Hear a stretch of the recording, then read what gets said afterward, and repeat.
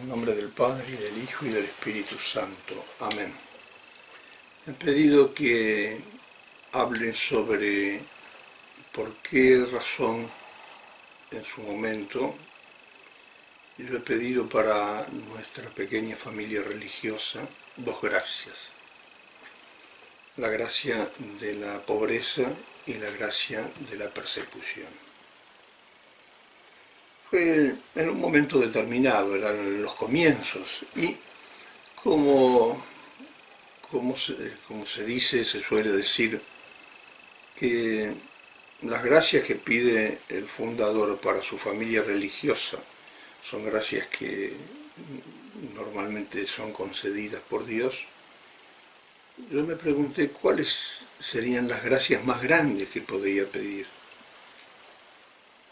Y pensando y rezando, llegué a la conclusión de que las gracias más grandes que podía pedir eran la pobreza y la persecución. En primer lugar, ¿por qué esas dos cosas? Porque son dos cosas que nos hacen vivir pendientes de Dios. Mucha gente no puede vivir la pobreza porque no confía en Dios. Es decir, no confía en su providencia, cree que no va a poder sostenerse en vida si entrega todo y lo da a los pobres. Porque no piensa que Dios, Padre infinitamente bueno, es el que da de comer a las aves del cielo y es el que viste los lirios del campo. Si eso hace con los pájaros que hoy existen y en pocos días a lo mejor ya no existen, y con los pastos del campo, ¿cuánto más hará con nosotros? Dice Jesús, hombres de poca fe. Por eso la pobreza se puede vivir, se puede practicar, si uno realmente confía en que Dios es un Padre infinitamente bueno, que además es providente, que hace que nunca le falten a sus hijos lo que necesitan, sobre todo en orden a la salvación eterna. Y entre esas cosas están las cosas temporales, porque si no se tuviesen las cosas temporales no se podría practicar la virtud, y si no se pudiese practicar la virtud no se podría ganar la vida eterna. Por eso Jesús en el Padre Nuestro nos enseña a pedir: danos hoy nuestro pan de cada día. ¿Por qué dice de cada día? Para que mañana lo volvamos a pedir de nuevo, de cada día. Y eso nos da a entender que hay que pedir por las cosas temporales necesarias para la vida, necesarias para vivir, practicar la virtud, necesarias por tanto para ganar el cielo. Por eso antiguamente era costumbre, yo recuerdo, mi abuela me lo ha enseñado, cuando se caía el pan de la mesa había que levantarlo y besarlo, porque ese pan lo había dado Dios. Y no fuese a que se pensase que había un desprecio de ese pan y por eso se cayó al suelo. Buena costumbre, hermosa costumbre. Necesitamos de la ayuda de Dios para poder llevar todos los días el pan a nuestras bocas. Ciertamente que en la petición del Padre Nuestro sobre todo se pide por el pan sobrenatural, por la Eucaristía, que es Jesucristo, pan de vida eterna. Pero es cierto también que se pide por las cosas temporales que no son necesarias. El que vive la pobreza está convencido de que nunca, jamás le faltará nada a los que confían en Dios. Nosotros lo podemos decir no digo con humildad, sino por la experiencia que hemos tenido y que tenemos. Pasamos momentos de dificultades económicas, donde no teníamos por ejemplo, para comer, pero no teníamos para comer bien. Eran momentos que le llamábamos de economía de guerra, porque había que contentarse con lo que se podía. Y entonces los seminaristas, que son nuestros cocineros, los cocineros del seminario, preparaban sopas pero abundantes, echando porotos, garbanzos, lo que había, y haciendo que eran más que sopa, eran guisos. Y recuerdo en la crisis del 2001, se hacía eso, durante bastante tiempo se hizo. Y la misma olla que se hacía, el mismo tamaño para todos nuestros seminaristas, se hacía para los pobres. Recuerdo que en ese momento, en San Rafael, hemos llegado a dar comida para 400 pobres. Y teníamos para la comida nuestra y para la comida de los pobres. Y yo pienso que si nunca, en ningún día nos ha faltado comida, fue porque atendimos a los pobres y los seguimos atendiendo. No sé en estos momentos cuántos serán, pero el último dato que tengo es que estábamos dando de comer en San Rafael a 270 pobres, en nuestros hogares de caridad, en las obras de misericordia que hacemos ahí para chicos huérfanos, para chicos discapacitados, para ancianos que están desamparados, para todo el que tenga algún dolor. Nunca nos faltó para comer. Sin tener ayuda del Estado, sin tener entradas fijas, sin tener otras rentas que podrían ayudar. Y bueno, es que Dios no se deja ganar en generosidad. Cuando uno le da por amor a Él comida a los pobres, es a Él a quien se le está dando. Tuve hambre y me diste de comer, dice Él. Tuve sed y me diste de beber. Estuve enfermo y me visitaste. Por eso magníficamente hace decirle a Jesucristo el santo doctor San Juan de Ávila, señalando a un pobre: mirad que soy yo.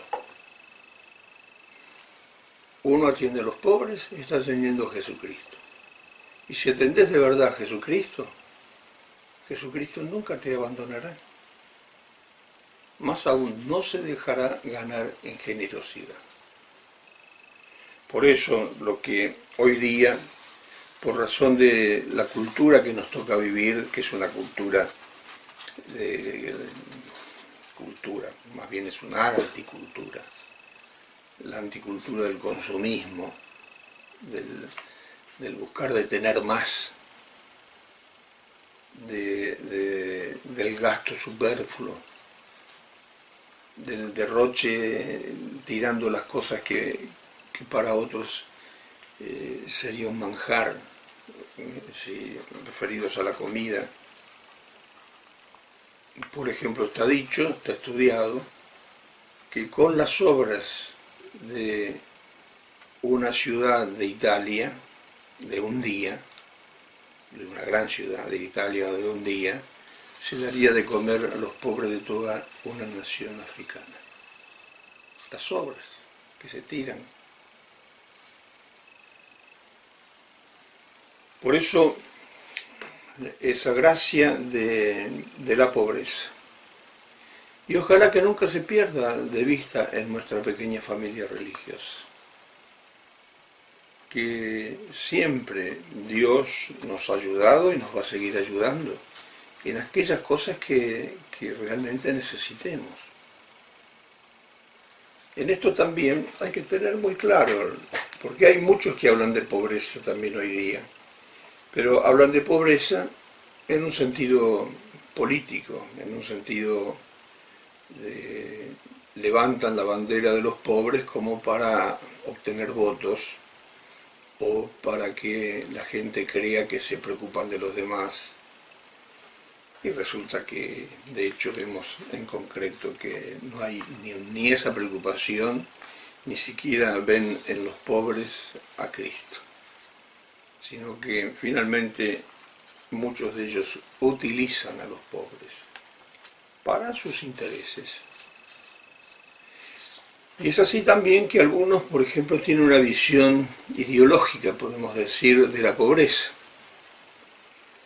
Pobreza no es lo mismo que mugre, que serroña, sucio, porque son cosas distintas. Pobreza no es miseria.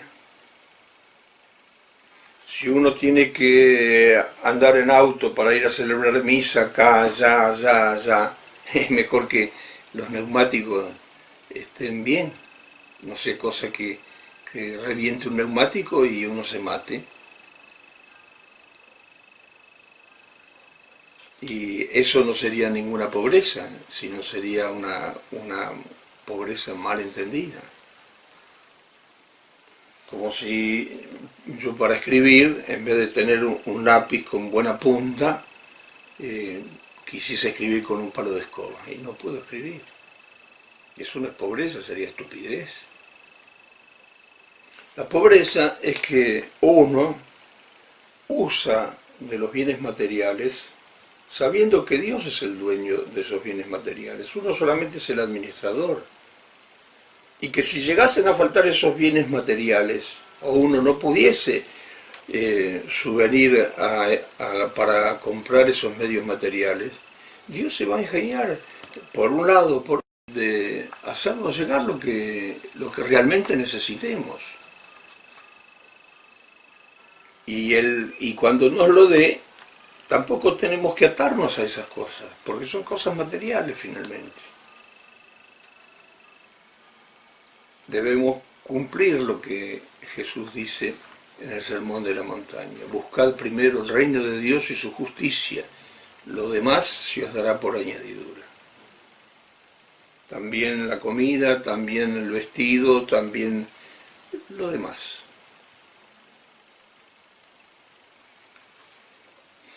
¿Y por qué pedir persecución? En primer lugar, porque es de manera semejante a la pobreza, nos hace vivir pendientes de Dios. Jesús sufrió persecución, ¿no? Los fariseos lo buscaron una y otra vez y finalmente lo llevaron al Calvario y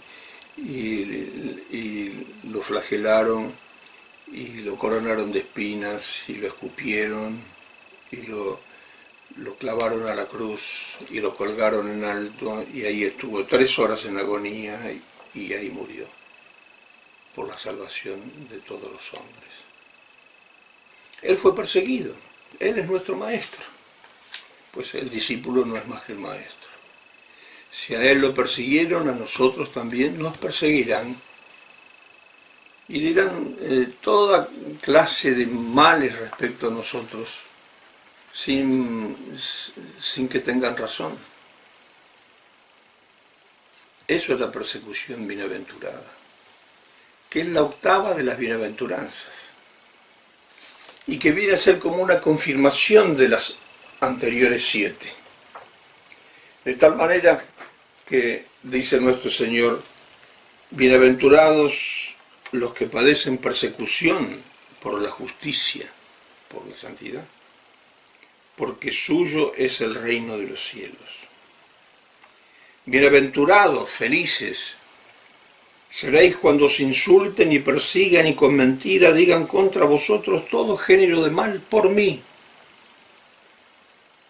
Alegraos y regocijaos, porque grande será en los cielos vuestra recompensa, pues así persiguieron los profetas que hubo antes de vosotros. Es la octava bienaventuranza, confirmación de las 7 anteriores. ¿Por qué confirmación? Porque muchas veces se nos persigue porque no amamos la riqueza sino la pobreza. Primera bienaventuranza. O porque somos mansos y quisiesen que fuésemos vengativos. O porque hacemos penitencia, lloramos y quisiesen que estuviésemos todos los días de farra. O porque tenemos hambre y sed de justicia, que es decir, hambre y sed de santidad, en vez de estar revolcándonos en el barro de tantos vicios y tantas corrupciones que lamentablemente hoy día hay. Bienaventurados los misericordiosos, aquellos que tienen un corazón que pronto dispuesto a perdonar, pronto dispuesto a ayudar a los que tienen alguna carencia, alguna necesidad, o limpios de corazón, los que viven la pureza, o los pacíficos, que son llamados hijos de Dios. Y entonces uno quisiese que fuesen peleadores. Cuando uno por todas estas actos de las bienaventuranzas sufre persecución, está la octava bienaventuranza. Felices los perseguidos por vivir las bienaventuranzas, porque de ellos es el reino de los cielos. San Agustín dice, la Iglesia peregrina en este mundo entre los consuelos de Dios y las persecuciones de los hombres. Fue así en la época de nuestro Señor. ¿Cómo lo trataron a Él? ¿Cómo lo trataron a los apóstoles? De los 12, 11 fueron mártires. Es decir, que dieron su vida, su sangre, murieron por Cristo.